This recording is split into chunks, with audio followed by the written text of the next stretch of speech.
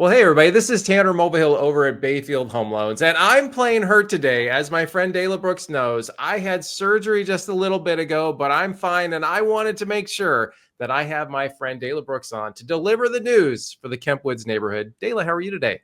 I am great, Tanner. How's the hand? It's doing good. It would been like a year and a half since it'd been bothering me, so it's just one of those things I kept putting off and putting off, but hopefully in, a month I'll be back to normal, so it'll be good.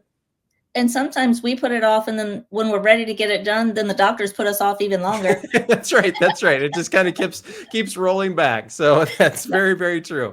Well, today we have a couple properties that we're going to talk about for the good folks of Kemp Woods. So let me go ahead and get to the first one that we're going to chat about here and make sure I put you back on screen with me. So this was one that I walk by this house, Dayla, every single day almost with my dogs. And it's one of the more unique properties in Kemp Woods. But tell us about this one. What was the outcome for this? I absolutely love this house. I love things that are a little bit unique, but in a great setting and the whole 9 yards. So Yeah. it has a wonderful presentation, and it did really well. I mean, it sold in 3 days. That's 3 days. awesome. Yep. That's not always happening in this market. And the bonus is 20,000 over the list price. Wow. Okay. So, I mean, that sounds like more than one offer came in too, if Yes. you're going 20K over. Yep. And when we looked at the pictures in one of our previous videos, it needed some work inside, so it wasn't like it was 100% remodeled. So to get 20,000 over though, that's really good. Well, and I think it's a little bit of strategy. If you price it a little under what the market is, you will get multiple people looking at it. And human nature. If somebody else wants it, then you're going to do a little bit more to get it. That's right. That, So. it's funny because that philosophy, you see it win over and over. And I know from your perspective as someone who does a ton of business, both buying and selling, when you're listing a property, I'm guessing that's one of the harder things though, is to kind of to convince people like, yeah, we're going to put it a little bit lower, which you'll see will make more money versus like, well, why don't we just start higher? Because Yes. well, you're not going to have as many people through your house. Well, and everybody says, I can always come down. But right. It goes back to you have your one chance to make that first impression. Yeah. And you want to grab them when they're up and scrolling on Zillow in the middle of the night or whatever. You want to grab them that, oh, this is a really good deal. And then they get there, and then you put your best foot forward. And I always warn my sellers, you can price your house to sell your house or your neighbor's house. Because if you overprice your house, you're going to make the other house look like a really good deal.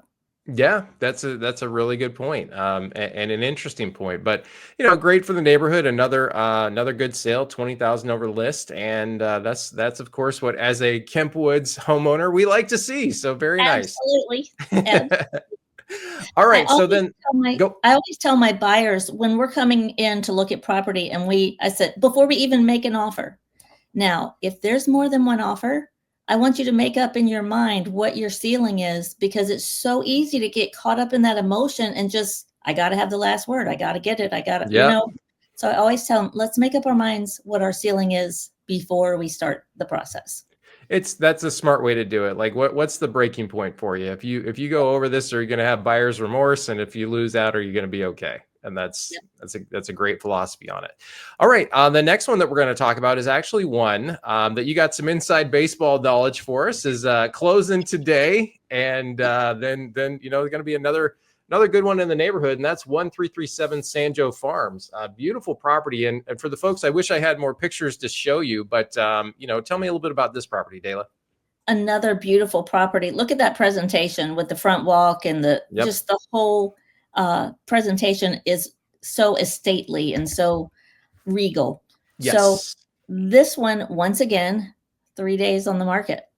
Nice. So once again, this one had multiple offers, and it must be the lucky number because it's once again 20,000 over the asking price. Nice. Okay. Well, another good comp for the neighborhood. And as a loan officer, that's so important to have those comparable properties in the neighborhood to support the value, whether it's a refinance for somebody or whether you're purchasing a home.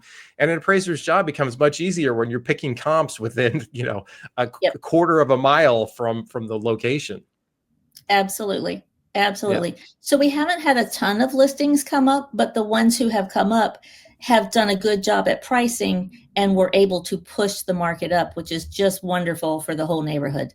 Yeah, it's really retaining its value, which is what we're trying to do. And so for the folks, we say it every month. If you're considering listing your home coming up, please reach out to my friend Dayla so she can come in, kind of give you some ideas on what you need to do to get the house ready, to get top dollar, to continue to keep the values of Kemp Woods moving in the right direction. And Dayla, why don't you give us kind of some overview of what you're seeing in the market right now? Let's go Chesapeake, just kind of right now for Chesapeake. So I've got another listing coming up in Chesapeake, and it'll be next week. And when I had originally talked with the seller, we talked 6 weeks ago. I gave her what she needed to get done, and she had a tenant and had to get them moved out, blah, blah, blah. Anyway, she got all of her stuff done. And I'm like, well, we can come up about $5,000 from when we talked last. And she's like, Oh, wow. oh, I really thought we could come up 20,000. So once again, we have that conversation. You want as many people to come through the house as possible. Yep. So, but there are houses that are sitting on the market for 30 and 40 days. Kemp Woods is very, very blessed. And here's why. Most of these houses, when they come on the market, they're the only one. Yeah. If you want in that neighborhood, you have to buy that house. There are other neighborhoods that have multiple houses. And so if that neighborhood traditionally has 2 sales per month and there's 5 houses in there, you've got to work your little fanny off and be the best of the best so that you get the sale. So there are places in the market that are not moving quickly at all. And overall sales are down for the year. But that being said, we do have some more inventory coming. So if you're a buyer, there's a little more inventory for you. But be careful. It's not across the board, because like here in Kemp Woods, there was only one. If you wanted in that neighborhood, there was only one. Well, it's definitely not a very transient neighborhood, and it's just a great place to live, and all the folks that watch the video know that.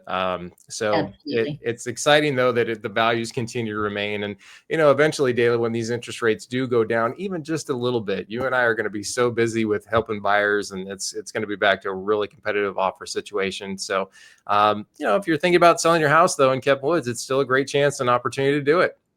Absolutely. Yep. Well, Dayla, as always, thanks again for hopping on with me, and we'll see everybody next month with an update for June. Sounds good. Thanks, Tanner.